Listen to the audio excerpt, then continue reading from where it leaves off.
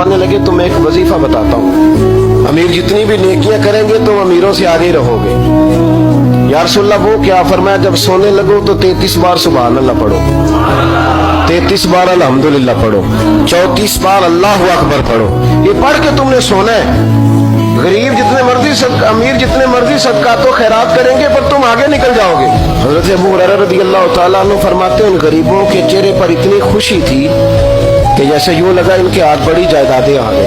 अल्लाह के हबीब ने जब उन्हें वजीफा बताया ना तो वो कहते बड़े खुशी से वापस गए। हज़रत अबू हुरैरा फरमाते हैं 1-2 हफ्ते के बाद ना वो गरीब फिर आ गए इकट्ठे होके, कहने लगे यार सुन एक मसला बन गया। नबी करीम अलैहिस्सलाम ने फरमाया वो क्या? कहा हुजूर वो जो बात आपने हमें बताई थी वो तो लीक हो गई, वो तो अमीरों ने भी सुन ली है। तो हुजूर अब वो सदकात खैरात सारा कुछ तो वो करते थे, अब उन्होंने भी वो वजीफा पढ़ना शुरू कर दिया है।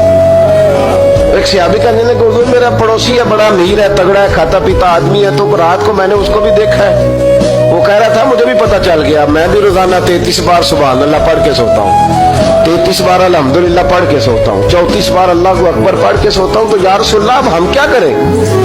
वो सदका भी दे रहे हैं, ज़कात भी दे रहे हैं, हज भी कर रहे हैं, फितराना भी दे रहे हैं और ये वजीफा भी पढ़ रहे हैं, अब क्या करें? तो हुजूर मुस्कुराए और मुस्कुरा के फरमाए अभी अब नहीं कुछ हो सकता, इसलिए कि ज़ालिका फ़ज़्लुल्लाह युतीही मन यशा।